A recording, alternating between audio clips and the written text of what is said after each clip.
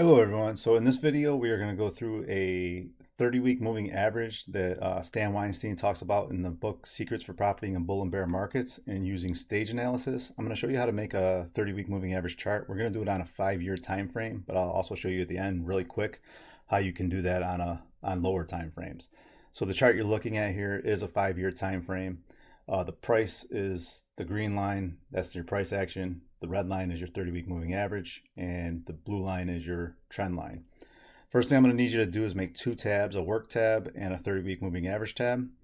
And let's go ahead and get started. We're going to go to our 30-week moving average tab first. I created 2 second tabs here. I'm going to walk you through how to make all of this. First thing I want you to do is just merge cells A1 to B2. So you just highlight those, and then you'll go right up here to where it says merge cells and just click it. And then we're going to do the same thing for C1 to S2 and merge it. Now this is all dependent on your screen size, so you may want to do less or more. It's up to you. And then we're going to take cells C3 and we're going to highlight all the way over to S, and we're going to go down to S39, and we're just going to merge all those. And this is where our chart will sit, right in cell C3 to to S39. Now we're going to need a ticker, so we'll just use SS. We're actually going to use Palantir because that has 4 stages. So at the end, I'll walk you through what the 4 stages are if you want to stick around for that. And then here we're just going to type in equals in cell C1, Google's finance. And then we're just going to grab Palantir here in cell A1. And then comma, open quotations, name, close quotations, close parentheses. And that'll give us our name. Now I want to highlight that, and I want to change those to make them bigger. So we're going to make those 24. We're going to make them bold. So you just go here, change your font size. We're going to make them bold. And we're also going to make the fill color blue. And then I'm going to make the text color white. You don't have to do it the way I do it. That's just the way I did it. And then we want to center these, and we want to vertically align them. So this one here will be your center. You just grab the middle one, and then this arrow down and grab this, and they'll be vertically aligned. Okay, so now that we've done that, just give me 1 second here.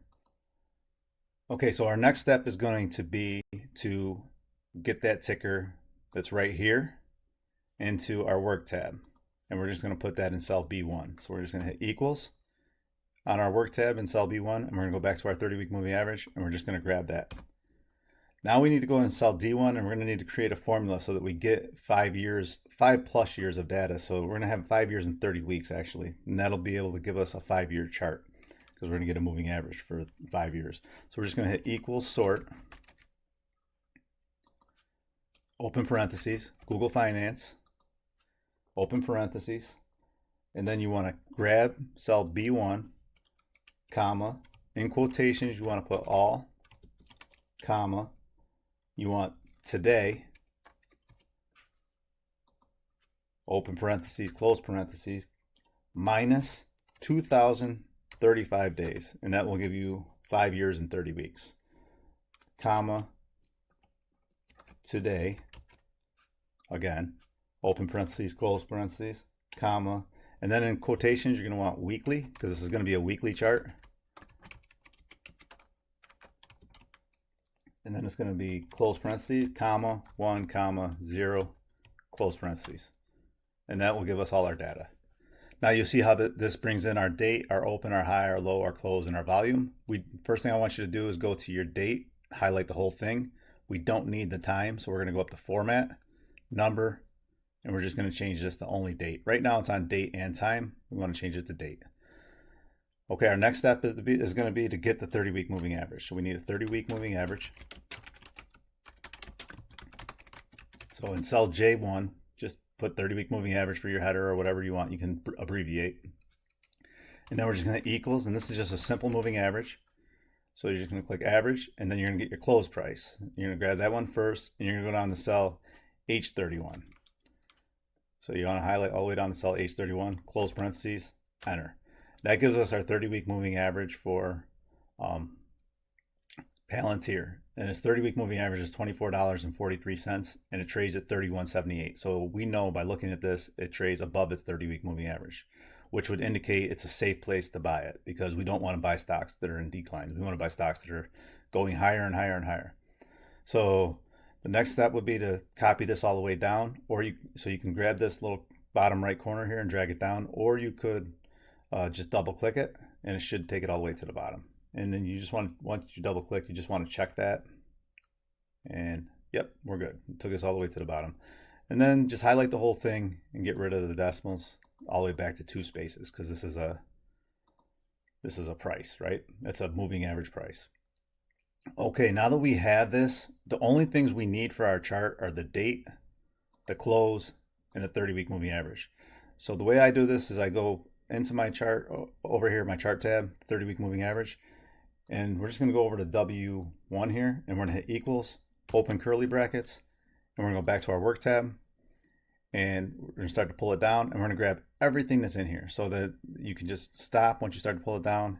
And we want all of column D, close curly brackets. So when it says D3, D4, whatever number you get, we want all of D. So D1 to D. And just hit enter. And that'll give us everything.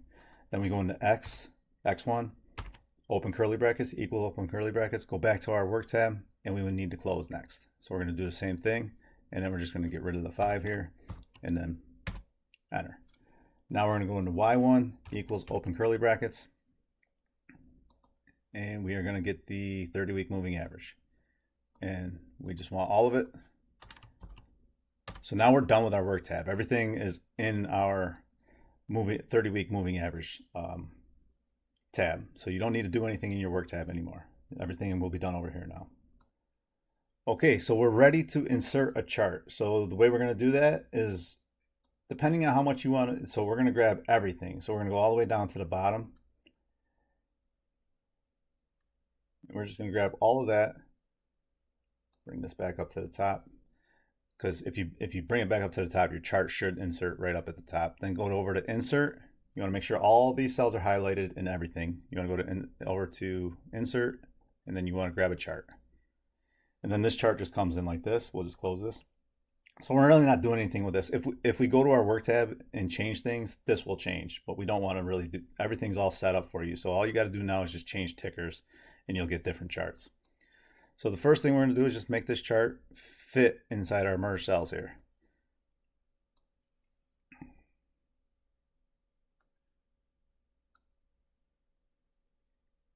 And you can play around with that. It doesn't have to, while you're working on it, it doesn't have to be perfect. I try to get it as perfect as possible, but you can play around. Right now, you could just leave it like this, right? This is a line chart. You have the price and you have the 30-week moving average. So you know Palantir is trading above its 30-week moving average. So it's in a confirmed uptrend all the way from here, right? We've been trading in a 30-week above its 30-week moving average.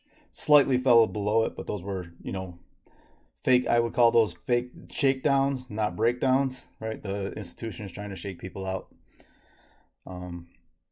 The next thing we want to do here is I'm just gonna change some stuff. So if you just click on things, it'll bring you right to, like, this is the chart and axis title. If you change this is your title text. That's what's over here. I just changed that to the 30-week moving average. And I'm going to do that for all this text. So if you want to fast forward through that, you can. I change that to bold, and I just change it to 24, and I make the text black. And I do it for the same thing here. So if you just click on it, bold, 24, make sure it's black. I think it's already black, but I still just double check. And date, bold, text is black, and 24. And then same thing for this one, bold, 24, text black. And then I also do that for the price on the side here. Bold, 24, text black. All right, so we have all of that. So right now you can see this is 0 to 40. So this is just using a regular, we could do this on log scale. I personally don't like it. So you could change this to log scale if you want. You go to the vertical axis and you just customize vertical axis, log scale. And then it would give you like its lowest price to up to its highest price. I don't like the log scale. I like it starting at 0. It's up to you how you do it. I think it looks better starting at 0.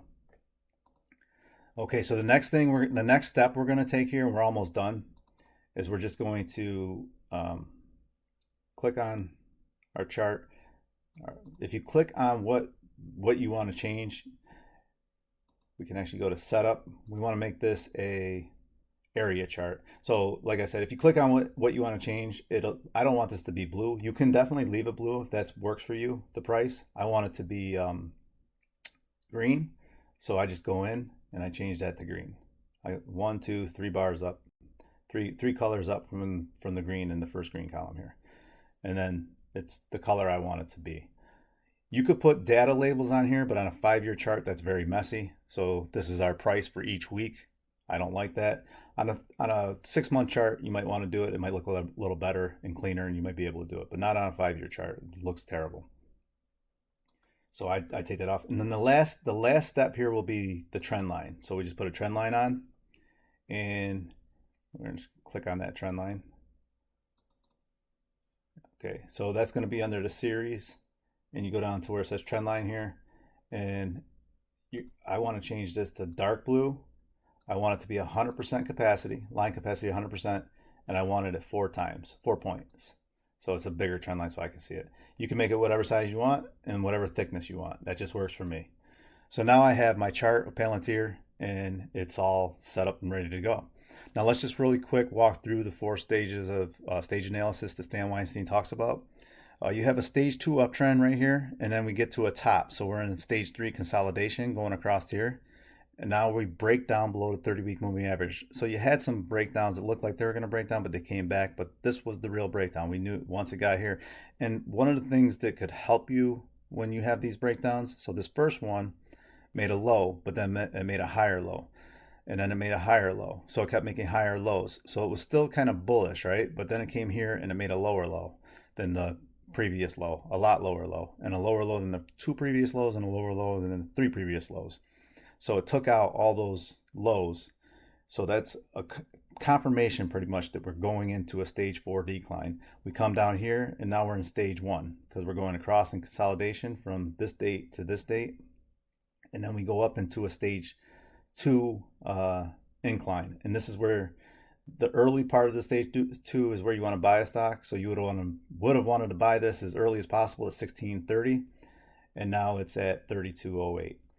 And one last thing I'll tell you, I don't know if this is my chart, but sometimes you have to, when I used to do, because of the way we bring in the date here, we're bringing it from in reverse order. We're bringing the most recent date back to the most outdated date, the date furthest out.